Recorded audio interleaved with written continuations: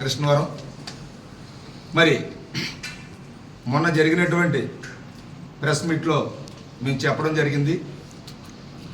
దానికి కనీసం సమాధానం చెప్పకుండా ఆయన పాత పంతాలు వెళ్తున్నటువంటి సందర్భం. మేము అడిగిన దానికి ఆ గ్రామంలో ఉన్నటువంటి నాయకులు మాట్లాడినటువంటి సందర్భంలో నువ్వు ఐఎస్ఎల్లో నువ్వు దెబ్బేసావా లేదా, లేకపోతే నువ్వు సిమెంట్ రోడ్లు వేసినప్పుడు నువ్వు 1500 తీసుకున్నావా లేదా, నువ్వు పెన్షన్దారుల దగ్గర 500 తీసుకున్నావా లేదా అని వాళ్ళు ఆరోపించడం జరిగింది. దానికి నువ్వు ఆ జరిగినటువంటి ప్రెస్ మీట్లో ఆ గ్రామానికి సంబంధించినటువంటి వాళ్ళు చెప్పినటువంటి అడిగినటువంటి దానికి నువ్వేమైనా సమాధానం చెప్పావా ప్రెస్ మీట్లో? చెప్పలేదు. పైగా ఎమ్మెల్యే గారు ఫోన్ చేసి ప్రెస్ మీట్లు పెట్టమంటున్నారు, అందరూ నా సోదరులే అంటున్నారు. మా నాయకుడిని అంటే మాకు కోపం వస్తుంది.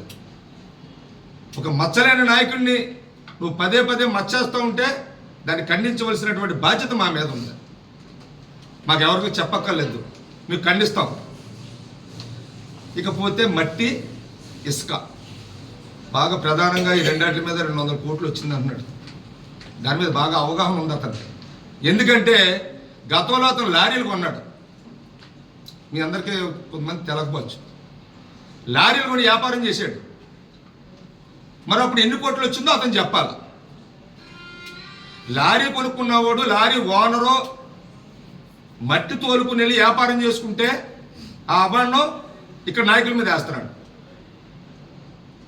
గతంలో అతను ఇల్లు కట్టాడు. ఆ ఇల్లు కూడా నాకేమీ లేదు, మీరందరూ సాయం చేయాలని చెప్పేసి అని ఇల్లు కట్టుకున్నాడు సందర్భం. నీ ఇల్లు కట్టుకోవడానికి నువ్వు ఎక్కడి నుంచి తెచ్చుకున్నావు ఇసుక? సోమవారమో కృష్ణవరమో లేకపోతే పాలమో అక్కడి నుంచే కదా తెచ్చుకున్నావు, ఏలేరు నుంచే కదా.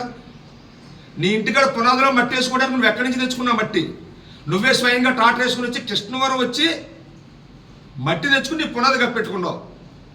అంటే నువ్వు కప్పెట్టుకుంటే అది మంచిది. ఎదటోళ్ళు ఇల్లులు కట్టుకుని పునాదులు కప్పెట్టుకున్నా, సైడ్లు కప్పెట్టుకున్నా అది అక్రమం, కోట్ల మీద అని చెప్పేసి నువ్వు ఒక దుష్ప్రచారం చేస్తున్నావు. కొలతలు అంటున్నావు, కొలతలు కొలు తప్పేవి లేదు. నువ్వు సర్వేరుగా ఒకవేళ అవుతారు వెతుతాము, ఒకవేళ మళ్ళీ కొత్తగా ఎందుకు మళ్ళీ రెవెన్యూ కట్టనే నువ్వు కొలిచేసుకో. కాబట్టి ఇక్కడితోటనే సరే, నువ్వు వాస్తవంలోకి రా. అసలు ఎందుకు ఆయన మీద ఎందుకు నేను అబండాలు వేస్తున్నాను వ్యక్తిగతంగానే అని ఒక ఆలోచనకు రా. ఎందుకు మాట్లాడుతున్నావు అన్నది. నీ గ్రామంలో ఉన్నటువంటి ఇల్లులు కట్టుకునేవాడిని ప్రతి ఒక్కరు కూడా ఏ లేరిస్కే వాడతారు. ఇకపోతే పడవ డ్రెడ్జింగు అంటున్నాడు. ఇప్పుడు పడవతోటే తెస్తారు. దేంతో? నీరు వచ్చినప్పుడు పడవతో తీసుకుని ట్రాక్టర్ మీద వేసుకుని గ్రామాలు పట్టుకెళ్తారు. దాదాపుగా ఆ గ్రామంలోనే ప్రతిరోజు కూడా ఇల్లు కట్టుకున్నటువంటి సందర్భం ఉంటుంది. ఎవరో ఒకరికి ఇసుక అవసరం. గత ప్రభుత్వంలో భవన నిర్మాణ కార్మికులు ఎంత అల్లాడిపోయారో, ఇసుక దొరక సామాన్య ప్రజలు ఎంత ఇబ్బంది పడ్డారో మనం ప్రత్యక్షంగా చూసాం.